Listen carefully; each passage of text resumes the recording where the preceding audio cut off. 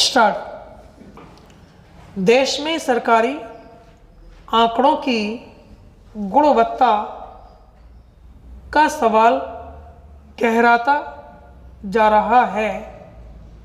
पिछले 4 महीनों में प्रधानमंत्री की आर्थिक सलाहकार परिषद के 3 सदस्य इस पर चिंता जता चुके हैं।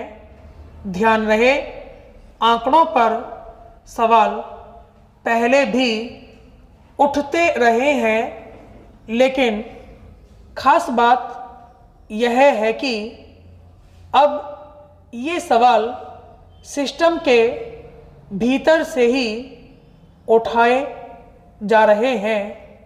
इसके पीछे वजह जो भी हो, यह इस लिहाज से महत्वपूर्ण है कि अब इस समस्या को हल करने की दिशा में प्रयास शुरू होने की उम्मीद बढ़ गई है। यह जरूरी भी है क्योंकि इन आंकड़ों से ही आर्थिक नीति निर्माण से जुड़ी चुनौतियां स्पष्ट होती हैं। विश्वसनीय आंकड़ों के बगैर नीतियां बनाना अंधेरे में तीर चलाने जैसा है।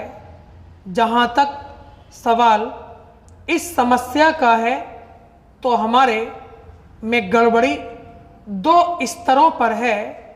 एक तो यह कि प्राइमरी डेटा इकट्ठा करने में टाइम टेबल का सख्ती से पालन नहीं किया जाता। इस संबंध में सबसे बड़ा उदाहरण जनगणना में हो रही देरी का है। यह सही है कि इसकी एक वजह कोरोना महामारी से बनी अप्रत्याशित और अभूतपूर्व परिस्थितियां भी रहीं, लेकिन उस चुनौती को खत्म हुए अरसा हो गया। जनगणना में इतनी देर बेहद गंभीर मसला है, लेकिन बात वहीं तक सीमित नहीं है। इनका असर मंथली जीडीपी डेटा पर भी हो रहा है। दूसरी गड़बड़ी हमारे डेटा में यह है कि यूजर्स की ओर से इसकी क्वालिटी को लेकर शिकायतें आ रही हैं। अगर इन दोनों गड़बड़ियों को समग्रता में देखें तो डेटा के मामले में हम खुद को बड़ी कमज़ोर स्थिति में पाते हैं। खतरा यह है कि इस स्थिति में हम अपनी समस्याओं और उनसे निपटने के उपायों के बारे में सब कुछ जानते समझते भी गलत नीतियां अपना लेंगे, सिर्फ इस वजह से कि इनसे जुड़े आंकड़े दुरुस्त नहीं हैं। वैसे यह बात भी ध्यान में रखने की है कि ये गड़बड़ियां आज की नहीं है, ये काफ़ी समय से हैं और धीरे धीरे बढ़ती रही है। 2006 में ही कमीशन का गठन किया गया था, जिसका मकसद था सांख्यिकी से जुड़ी गतिविधियों का मानक तय करना। कानून के जरिए इस आयोग को सशक्त बनाया जाना था, लेकिन 17 साल हो गए, अभी तक कानून नहीं बना है। इस संबंध में आए सुझावों पर गौर किया जाए तो एक महत्वपूर्ण प्रस्ताव यह था कि इस आयोग के सदस्यों का चयन विभिन्न दलों के सांसदों वाली समिति के जरिए होना चाहिए। इसकी वित्तीय स्वायत्तता सुनिश्चित करने पर भी जोर दिया गया था। ये सुझाव पुराने नहीं पड़े हैं। डेटा संकलन से जुड़े सिस्टम को राजनीतिक पूर्वाग्रहों के आरोपों से बिल्कुल मुक्त होना चाहिए। विश्वसनीय आंकड़े सुनिश्चित करना हर हाल में जरूरी है। इस दिशा में कदम उठाने में अब और देर नहीं होनी चाहिए।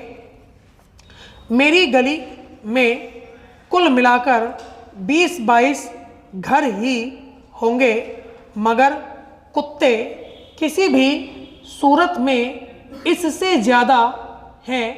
हैरान परेशान अधिकांश घरों से इन्हें खाने को कुछ नहीं मिलता, पर जहाँ से मिलता है वहाँ से इतना मिल जाता है कि उनका पेट भर जाता है।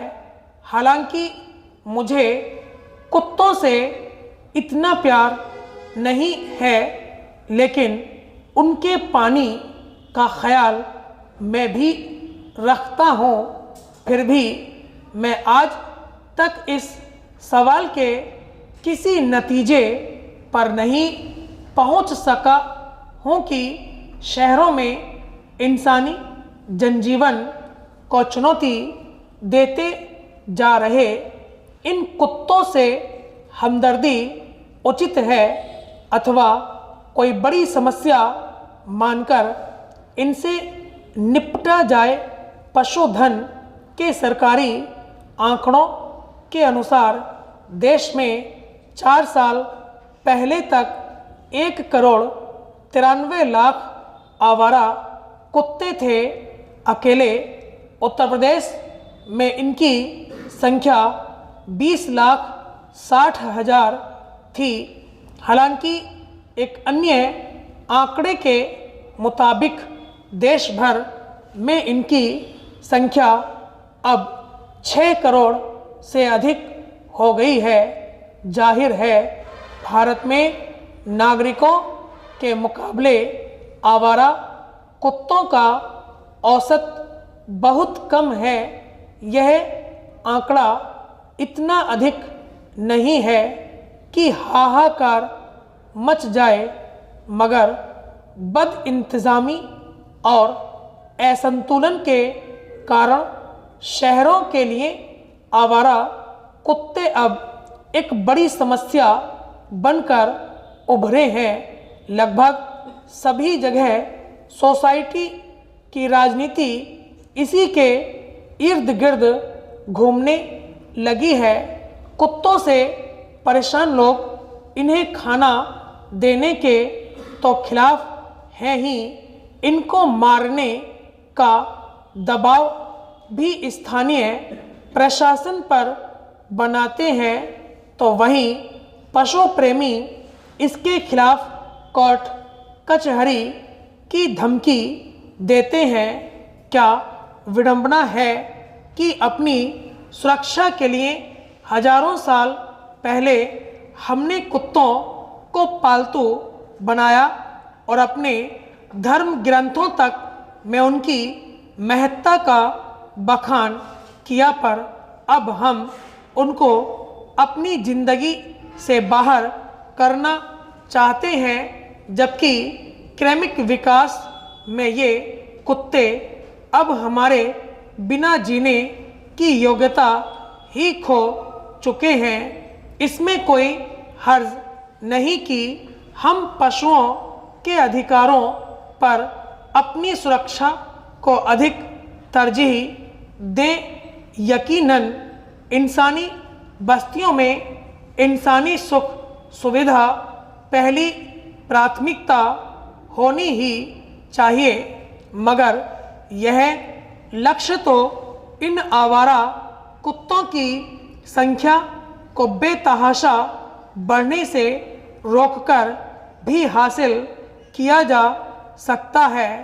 कुत्तों की नसबंदी उनके गुस्से को कम करने के लिए उनके लिए भोजन पानी का पर्याप्त इंतज़ाम और उनको एक ही क्षेत्र तक महदूद करके भी यह काम किया जा सकता है। यदि हम ऐसा कर पाएँ तो हमें करोड़ों चौकीदार मुफ्त में मिल सकते हैं। उम्मीद है अब कोई ऐसा समाधान निकलेगा जो सभी पक्षों को अपना सा लगे। स्टॉप।